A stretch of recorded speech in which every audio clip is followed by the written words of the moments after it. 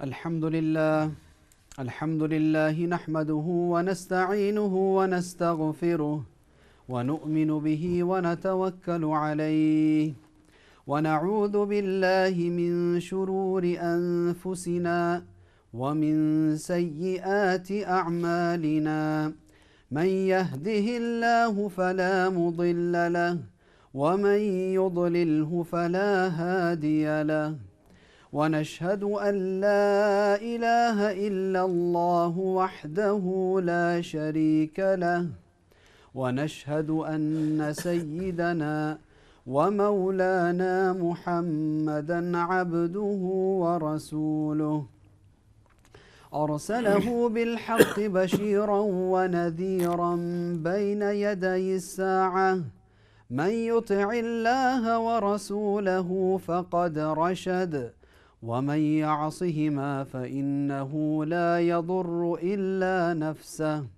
ولا يضر الله شيئا أعوذ بالله السميع العليم من الشيطان الرجيم بسم الله الرحمن الرحيم إن الله وملائكته يصلون على النبي يا أيها الذين آمنوا صلوا عليه وسلموا تسليما اللهم صل على محمد وعلى آل محمد كما صليت على إبراهيم وعلى آل إبراهيم إنك حميد مجيد اللهم بارك على محمد وعلى آل محمد كما باركت على إبراهيم وعلى آل إبراهيم إنك حميد مجيد السلام علیکم ورحمۃ اللہ وبرکاتہ۔ ناظرین کرام، آپ کا خوش مقدم ہے ندائے ممبر کے پروگرام میں، اور الحمدللہ اللہ سبحانہ و تعالیٰ کے فضل و کرم سے، اسی کی توفیق سے، اسی کے حکم سے یہ پروگرام الحمدللہ سیرت النبی صلی اللہ علیہ وسلم سے شروع ہوا، اس کا آغاز ہوا، اور کرتے کرتے سیرت صحابہ، خلفائے راشدین اور صحابیات کا ذکر، اور اسی طرح عشرہ مبشرہ کا ذکر، اور پھر ازواج مطہرات کا ذکر جاری تھا، اور آج اس کا انشاءاللہ تعالی اختتام ہوگا۔ اس کا آج یعنی یہ ٹاپک جو ہے وہ ختم ہوگا۔ اس کی وجہ یہ ہے کہ صرف 2 ازواج مطہرات کا ذکر باقی ہے، تو آج انشاءاللہ تعالی حضرت صفیہ رضی اللہ تعالی عنہا اور حضرت میمونہ رضی اللہ تعالی عنہا کا ذکر آپ کی خدمت میں پیش کریں گے۔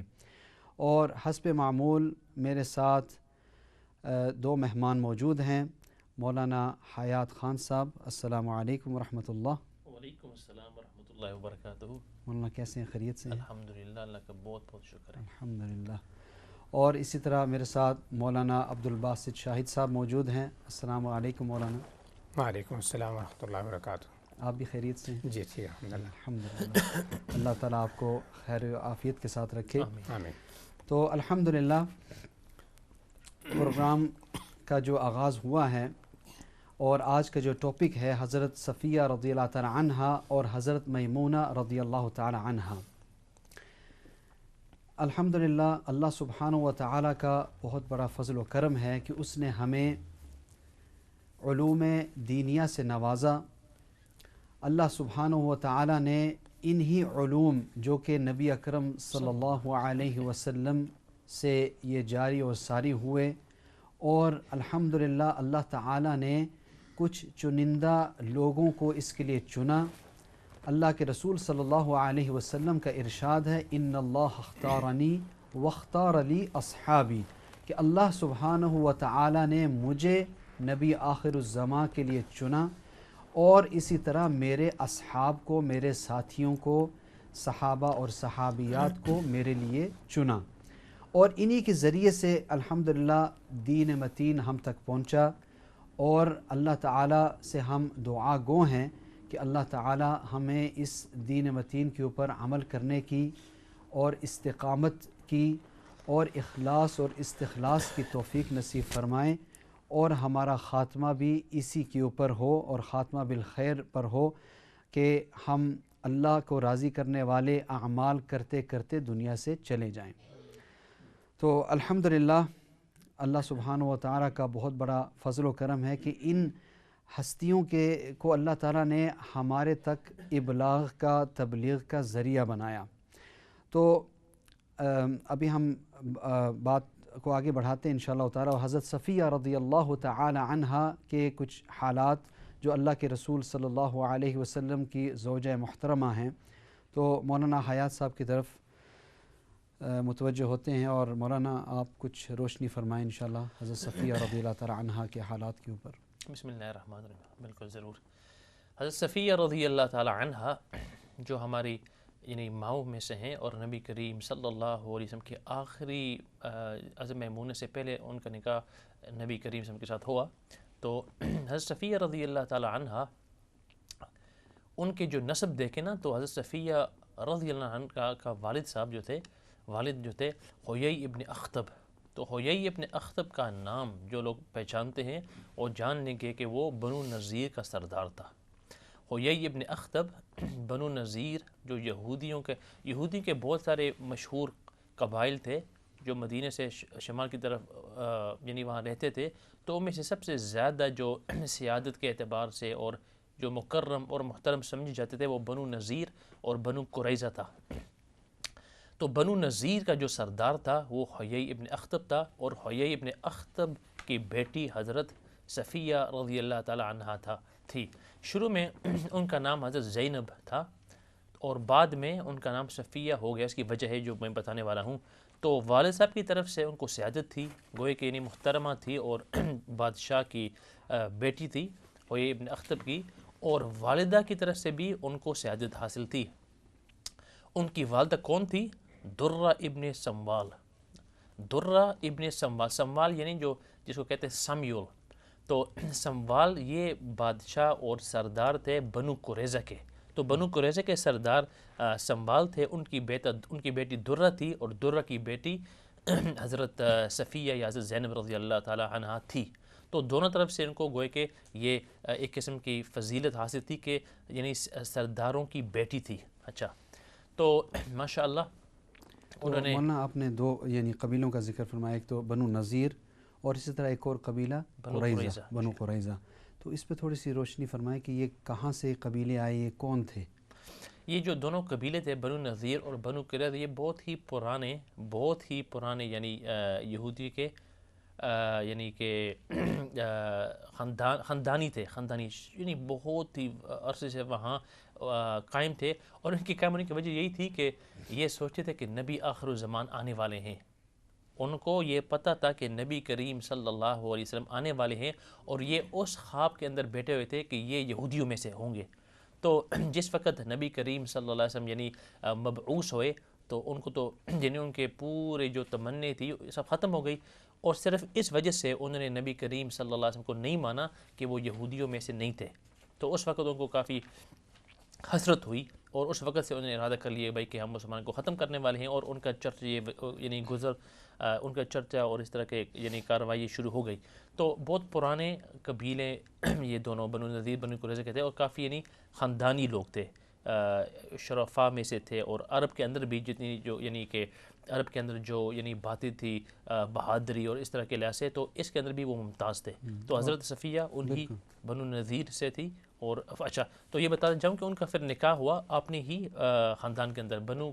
ان کے پہلے جو شوہر تھے اسلام ابن مشکم قرظی، بنو قریظہ سے ان کا نکاح ہوا، اور کسی وجہ سے انہوں نے طلاق دے دی۔ تو اس کے بعد حضرت صفیہ رضی اللہ عنہ کا نکاح ایک دوسرے آدمی کے ساتھ ہوا، کنانہ ابن ابی الحقیق، جو وہ بھی یعنی مشہور، یہ جو ایک آدمی تھا ابو رافع جو تھا وہ خیبر یعنی حجاز کا بڑا تاجر تھا، بڑا مالدار آدمی تھا، اور وہ بھتیجے لگتے تھے یا بانجے تھے ایک دوسرے آدمی کے جن کا نام ابو رافع تھا، ان کے جو رئیس خیبر تھا، تو پھر ان کے ساتھ نکاح ہوا، اور یہ دیکھیں کہ اتنے اوپر سطح کے لوگوں کے ساتھ حضرت صفیہ رضی کا نکاح ہوا تھا، یعنی سرداروں کے ساتھ۔ خیر کنانہ جو تھے یعنی حضرت صفیہ سے بہت محبت کرتے تھے، اور حضرت صفیہ ان سے بہت محبت کرتی تھی۔ تو کیا ہوا کہ یہ جو خیبر کے لوگ تھے نا، انہوں نے بہت ہی مسلمان کے ساتھ یعنی زیادتی کی، اور ہر قسم کے جہاں بھی کوئی یعنی ان کی نوبت آتی رانی کرنے کی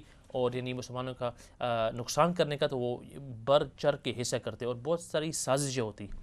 تو ایک مرتبہ نبی کریم صلی اللہ علیہ وسلم نے سوچا کہ دیکھیے ان کا صفایا اور ان کا خاتمہ کرنا چاہیے۔ تو نبی کریم صلی اللہ علیہ وسلم نے یعنی خیبر کی طرف 1400 فوج کے ساتھ تشریف لائے کہ ابھی ان کا خاتمہ ہے، کیونکہ مسلسل یہ الجھن ہوتی تھی کہ بھائی یہ لوگ کیا کرنے والے ہیں، کن کے ساتھ سازش کرنے والے ہیں، کیا رانی ہے ان کے ساتھ، تو ابھی ان کا صفایا کر لیں۔ تو پھر کیا ہوا کہ وہاں نبی کریم صلی اللہ علیہ وسلم نے ان کا گوئے کہ محاصرہ، اس وقت ان کے بڑے بڑے مضبوط قلعے ہوتے تھے، ویری بگ فورٹریسز، ان کے اندر کھانا وغیرہ۔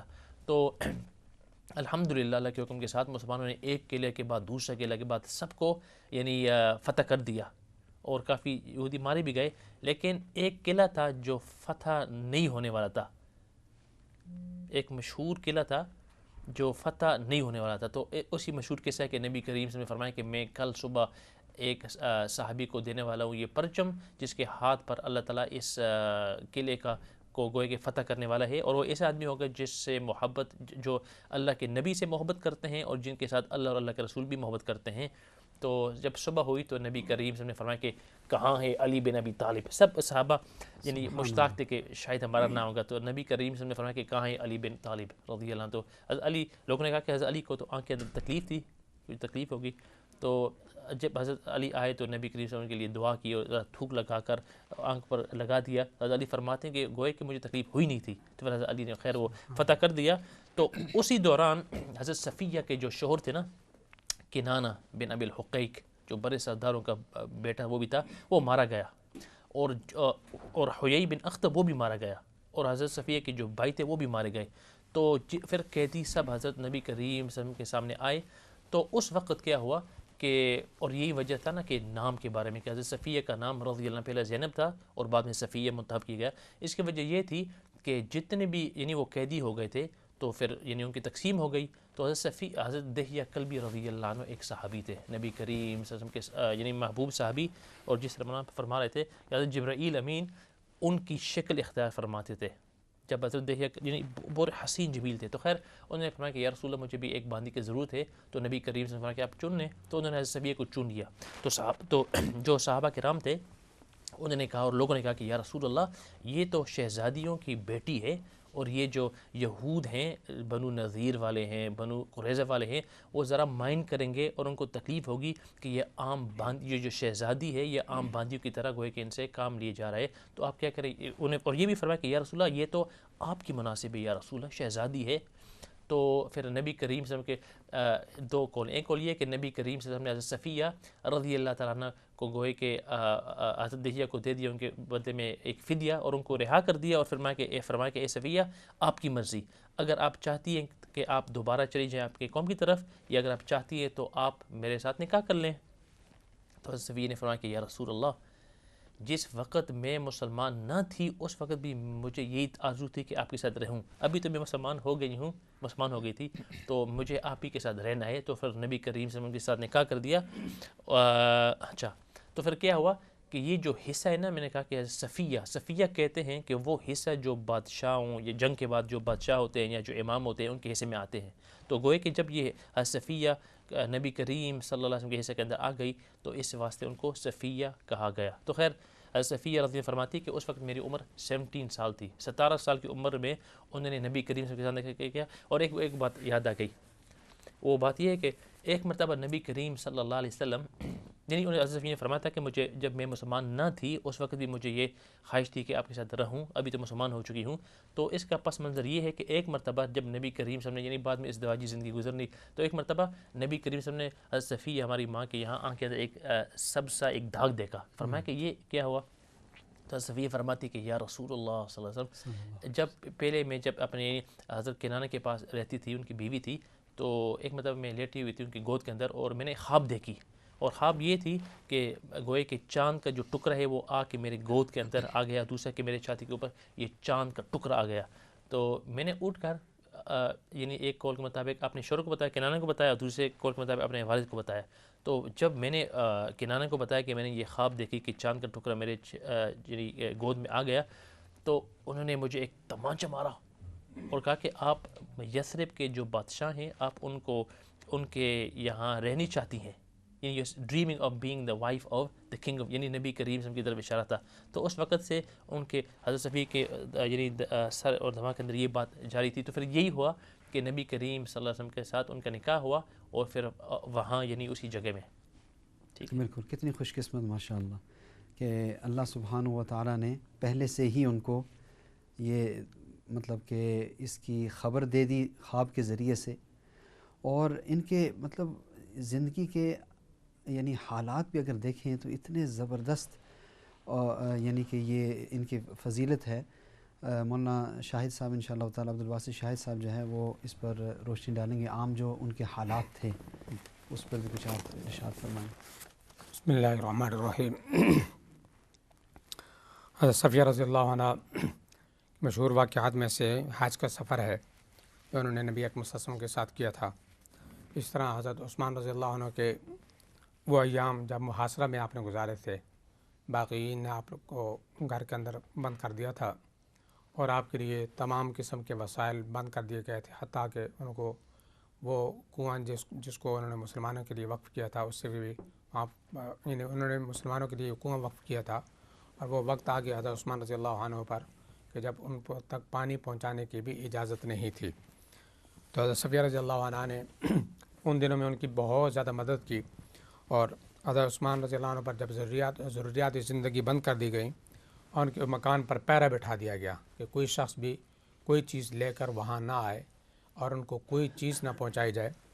حضرت عثمان رضی اللہ عنہ ان دنوں میں جب وہ محاصرہ تھا تقریباً 40 دن اس طرح گزرتے ہیں کہ جب حضرت عثمان رضی اللہ عنہ کو یعنی پانی تک بھی کوئی چیز کھانے پینے کے لیے نہیں دی جاتی، تو حضرت عثمان رضی اللہ عنہ اپنی پیاس اور اپنی بھوک جو ہے قرآن کی تلاوت سے بجایا کرتے تھے.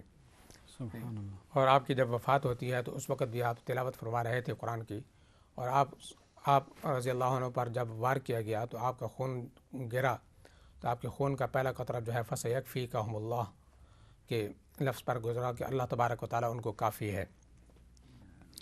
تو حضرت عثمان رضی اللہ عنہ کو کی مدد کے لیے حضرت صفیہ رضی اللہ عنہ تشریف لے گئیں، خچر پر سوار ہو کر گئیں، اور اشتر کی نظر پڑی تو اس نے خچر کو مارنا شروع کر دیا.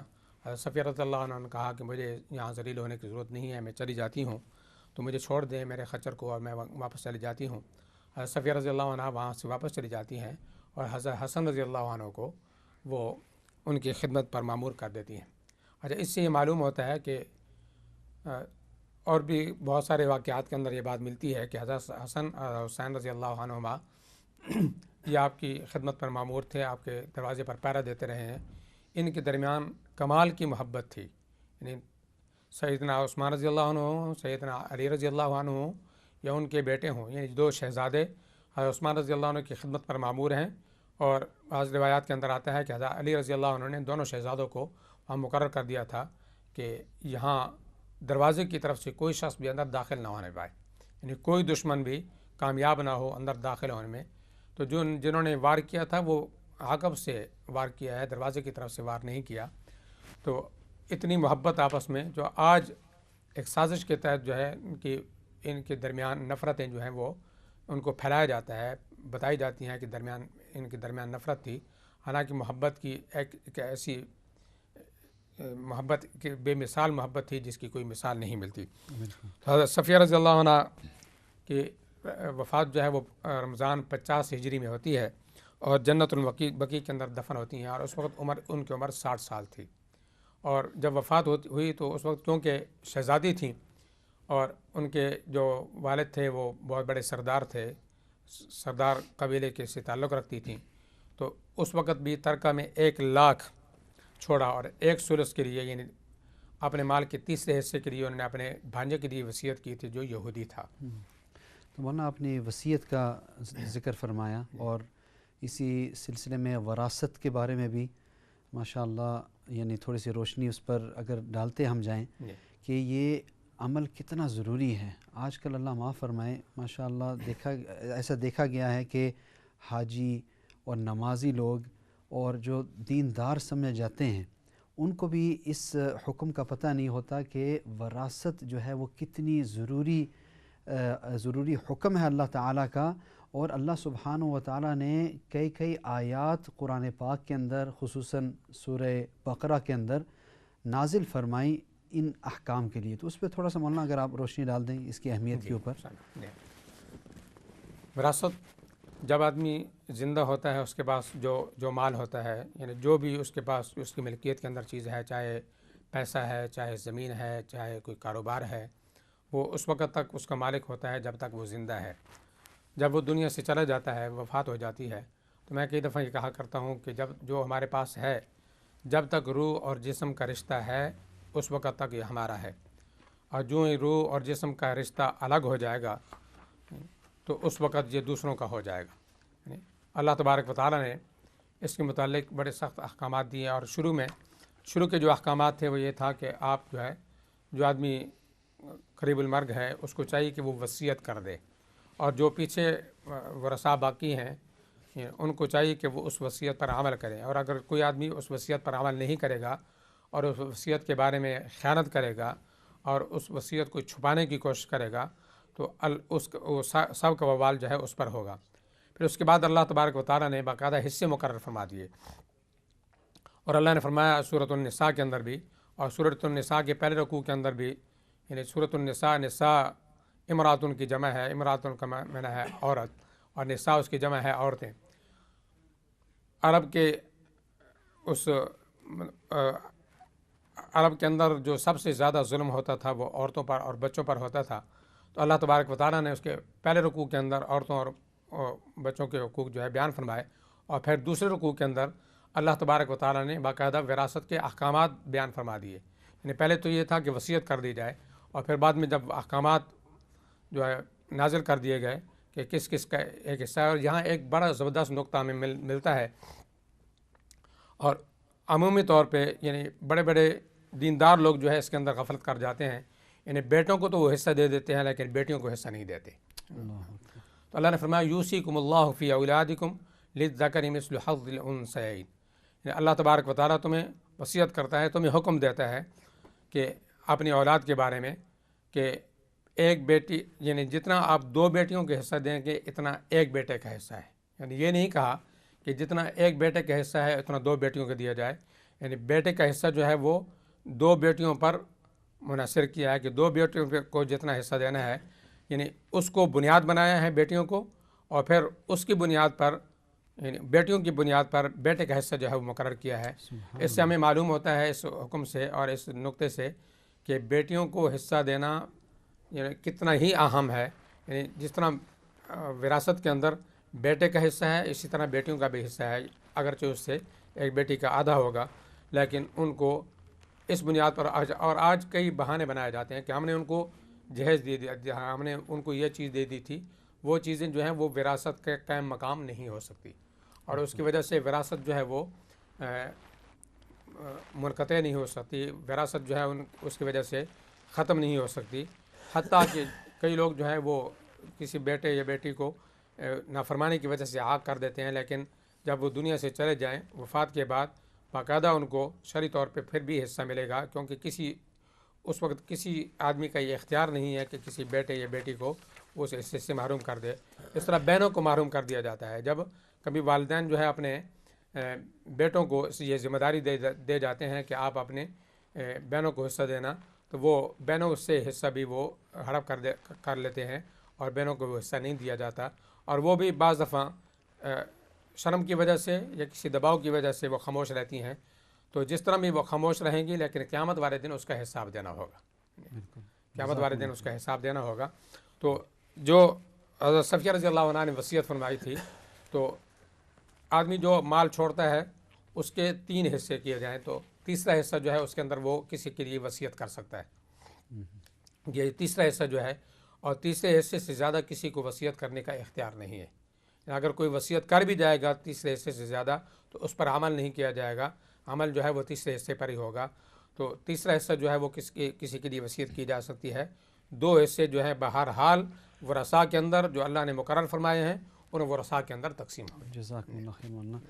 یہ بہت اہم مسئلہ ہے اور الحمدللہ بڑے امید ہے کہ ناظرین کرام کو یہ بات سمجھ میں آ رہی ہوگی کہ وراثت کے مسائل یہ ایسے مسائل ہیں کہ کیونکہ تھوڑے سے پیچیدہ مسائل ہیں، اس وجہ سے ان کا مطالعہ نہیں ہوتا، تو اس لیے ہمیں علماء کرام کے پاس جا کے اور علماء کرام کے اندر بھی جو اس میں مہارت رکھتے ہیں ان کے پاس جا کر اپنا جو بھی اپنی زندگی کے اندر ہی کوشش کرنی چاہیے. بعض لوگ تو یہ کہتے ہیں کہ بھائی مرنے کے بعد جو ہے پھر وہ انگلش قانون کے مطابق وغیرہ ہوگا اور وہ اسلامی قانون کے مطابق ہم کچھ نہیں کر سکتے.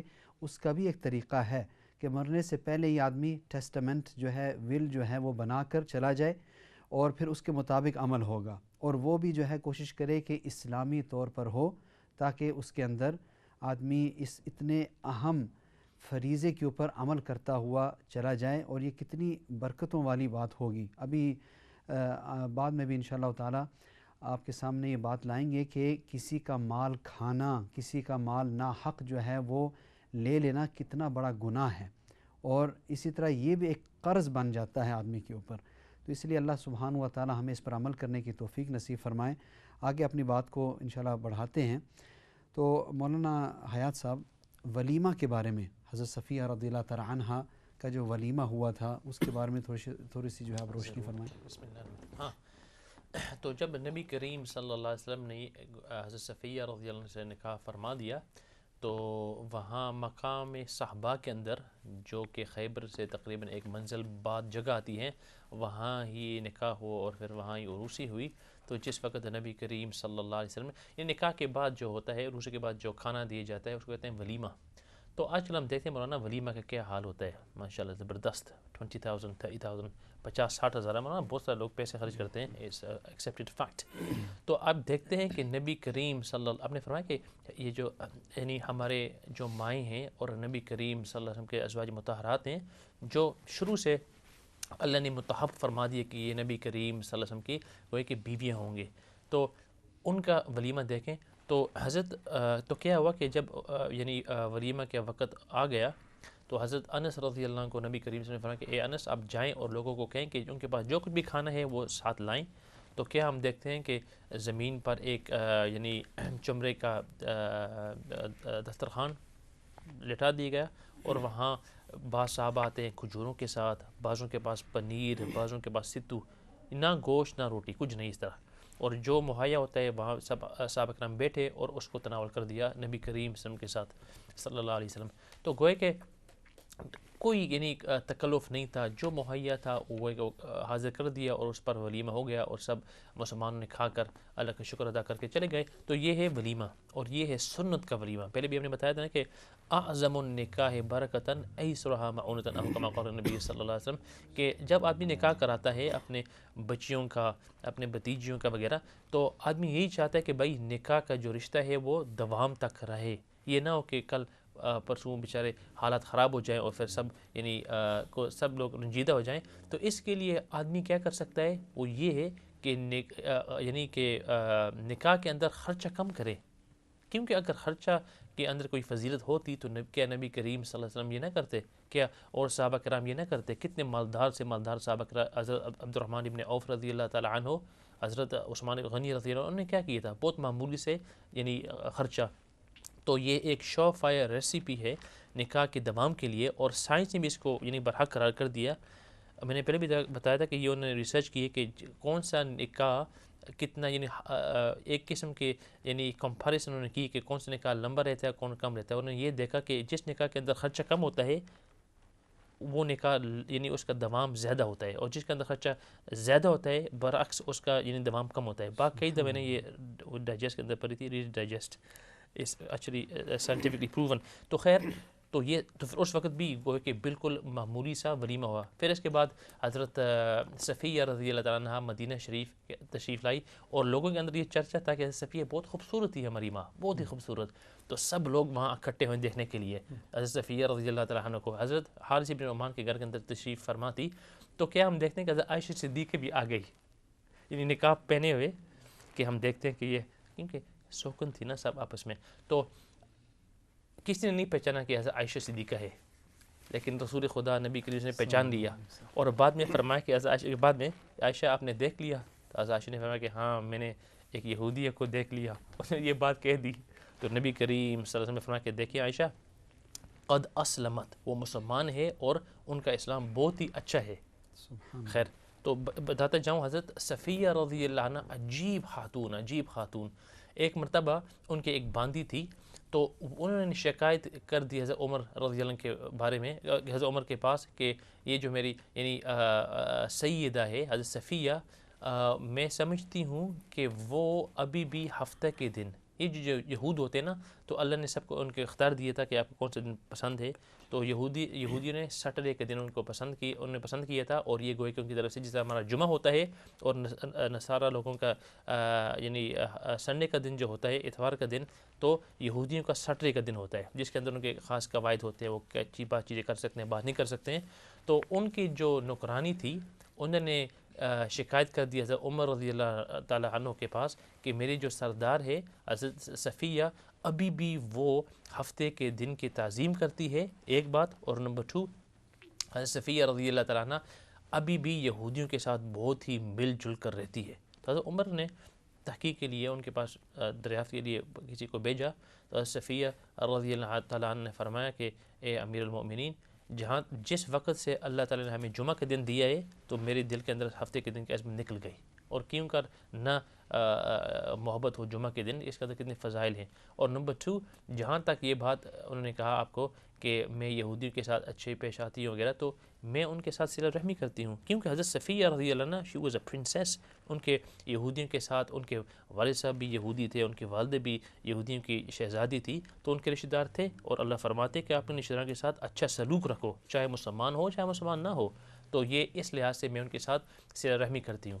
تو پھر انہوں نے وہ تو جواب بھیج دیا عمر کے پاس رضی اللہ عنہ، اور پھر اس نوکرانی کو بلایا اور کہا کہ آپ کو کس چیز نے اس بات پر آمادہ کیا، کیونکہ بالکل غلط خبر تھی، کس بات نے آپ کو اس پر آمادہ کیا.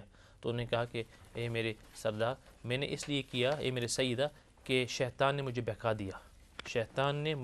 تو اگر کوئی اور ہوتا تو انہی زبان سے کیا کہتا، بعد میں جو کرتے نہ کرتے. تو حضرت صفیہ کتابوں کے اندر کہ حضرت صفیہ رضی اللہ تعالیٰ خاموش رہی، کچھ نہیں کہا، بس یہ بات کہہ دی کہ میں آپ کو آزاد کر لیتی ہوں اللہ کے وسیلے کے لیے. تو یہ اتنی، ایک مرتبہ نبی کریم صلی اللہ علیہ وسلم بیمار تھے، سب ہماری مائیں ماں موجود تھی، تو حضرت صفیہ رضی اللہ تعالیٰ عنہ نے فرمایا کہ یا رسول اللہ، میں یہ تمنا کرتی ہوں اور یہ میرا آرزو ہے کہ آپ کو جو تکلیف ہو رہی ہے وہ تکلیف مجھے ہو جائے. یعنی تو ہماری جو باقی جو مائیں تھی نا، اور حضرت عائشہ صدیقہ، حضرت حفصہ، ایک دوسرے کی طرف دیکھنے لگی اور اشارہ کرتی ہے کہ، تو یہ جو انہوں نے اشارہ کیا تو حضرت نبی کریم صلی اللہ علیہ وسلم نے بھی دیکھ لیا اور فرمایا کہ دیکھیے یہ جو صفیہ فرما رہی ہے کہ انہا لصادقہ، بالکل دل سے اور سچائی کے ساتھ یہ یہی تمنا کرتی ہے کہ یہ جو بیماری مجھے ہو رہی ہے وہ ان کو ہو جائے. یعنی اتنی محبت تھی. ایک مرتبہ پھر حضرت صفیہ رضی اللہ عنہ کو حضرت عائشہ صدیقہ اور حضرت حفصہ یعنی یہ ستا رہی تھی، اور کہا کہ آپ تو یہودی کی بیٹی ہیں، اور ہم تو نبی کریم صلی اللہ علیہ وسلم کی بیوی بھی ہیں، چلو آپ بھی بیوی ہیں، لیکن ہم نبی کریم صلی اللہ علیہ وسلم کے چاچا زاد کوئی کے بہن بھی ہیں، اور ہمارا رشتہ زیادہ ہے. تو حضرت صفیہ رضی اللہ تعالیٰ عنہ یعنی رو پڑی. تو نبی کریم صلی اللہ علیہ وسلم وہاں تشریف فرما ہوئے اور فرمایا کہ کیوں رو رہی ہیں؟ فرمایا کہ حضرت عائشہ نے حضرت نے مجھے یعنی ستا رہی انہوں نے مجھے ستایا. تو نبی کریم صلی اللہ علیہ وسلم نے فرمایا کہ ارے آپ، کیونکہ حضرت یہ جو حویی ابن اخطب تھے نا، وہ حضرت ہارون علیہ السلام کی ڈائریکٹ نسل تھے.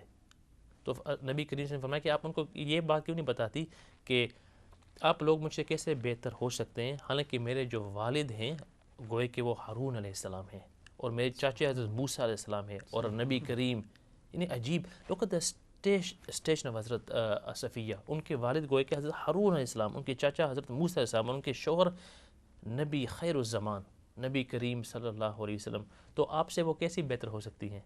تو خیر حضرت صفیہ کو یعنی ہمت آ گئی. تو اس طرح حضرت صفیہ رضی اللہ عنہ کو بہت اس طرح تکلیفیں ہوتی جائی، لیکن انہوں نے حضرت عائشہ فرماتی کہ عجیب، حضرت صفیہ عجیب عورت تھی، اپنے رشتہ داروں کے ساتھ بہت ہی زیادہ حسن سلوک اور صلہ رحمی فرماتی تھی، اور ہمیشہ مسواک یا نماز مصلی پر یعنی ٹکی رہتی تھی. تو عجیب پھر یہ ہوا جب ان کا مولانا صاحب نے فرمایا کہ جب خود یعنی عورت ذات نے کھچر پر بیٹھ کر حضرت عثمان کی مدد کرنے کے لیے. عجیب یعنی سوچنے کی بات ہے، آج سے 100 سال پہلے یہ جو وکٹورین عورتیں تھیں وہ نہیں باہر جاتی بھائی. یعنی اس وقت یعنی عجیب حضرت ہماری ماں حضرت صفیہ کھچر پر بیٹھ کر خود مدد کرنے کے لیے عثمان 35 ہجری کے اندر. اور جو واقعہ سامنے ہے تو حضرت صفیہ رضی اللہ تعالیٰ نے عجیب زندگی نکالی اور نبی کریم صلی اللہ علیہ وسلم کے ساتھ بہت محبت تھی اور رسول خدا نبی کریم صلی اللہ علیہ وسلم کی محبت ان کے ساتھ بہت ہی زیادہ تھی. اور پھر آخر ان کا دم 50 ہجری کے اندر وہ فوت ہو چکی. ان کی عمر تقریباً 60 سال تھی. اور پھر جنت البقیع کے اندر ان کو حضرت ابن عباس ان کا جنازہ پڑھایا گیا اور وہاں ہی مدفون ہے. جی تو ان سب چیزوں سے یہ بھی معلوم ہوتا ہے کہ دیکھیں ایک طرف اللہ کے رسول صلی اللہ علیہ وسلم کے جو دشمن تھے، یعنی اللہ کے رسول صلی اللہ علیہ وسلم کو بنو نذیر اور بنو قریظہ یہ جتنے کفار تھے ختم کرنے پر تلے ہوئے تھے. لیکن جب یہی لوگ مسلمان ہوتے ہیں اور اسلام کی طرف آتے ہیں تو پچھلی ساری باتوں کو اللہ کے رسول صلی اللہ علیہ وسلم اور مسلمان سب کچھ بھول جاتے ہیں. تو معلوم کیا ہوا کہ انسانیت سے ان کو نفرت نہیں تھی. اگر نفرت ہوتی تو ان کے مسلمان ہونے سے بھی پھر بھی ان کے دل میں آتا پتہ نہیں یہ مطلب کہ صحیح بھی ہیں یا نہیں ہیں. لیکن پھر بھی اللہ کے رسول صلی اللہ علیہ وسلم یہ تعلیم دے گئے کہ جس کا جیسا بھی بیک گراؤنڈ تھا لیکن توبہ کر لے اور اللہ کے ساتھ جو صلح کر لے تو پھر لوگوں کو بھی ان کے ساتھ صلح کر لینی چاہیے. لوگوں کو بھی ان کے بارے میں جو بھی وہم و گمان دل کے اندر جو بھی خدشہ وغیرہ ہے اس کو صاف کر لینا چاہیے. اسی طرح اسی سے مجھے ایک واقعہ یاد آ گیا کہ اس زمانے کے اندر جو نئے مسلمان ہوتے تھے ظاہر اسلام لاتے اور پھر اللہ کا نام لے کر بسم اللہ اللہ اکبر وہ حلال جانور کو ذبح کرتے تاکہ وہ کھانے کے لیے بھی حلال ہو جائیں. کہ حلال جانور ہے یعنی جیسے گائے ہوگی، بھینس ہو گئی اور اونٹ ہو گئے، تو یہ حلال جانور ہیں لیکن ان کا کھانا اسی وقت حلال ہو سکتا ہے جب اس کو ذبح بھی حلال طریقے سے کیا جائے گا.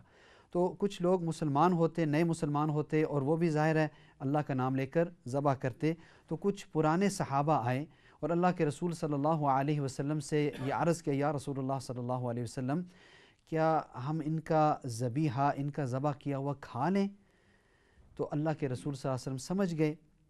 تو اللہ کے رسول صلی اللہ علیہ وسلم نے ارشاد فرمایا سم اللہ وکل، یعنی کہ بسم اللہ پڑھو اور کھاؤ.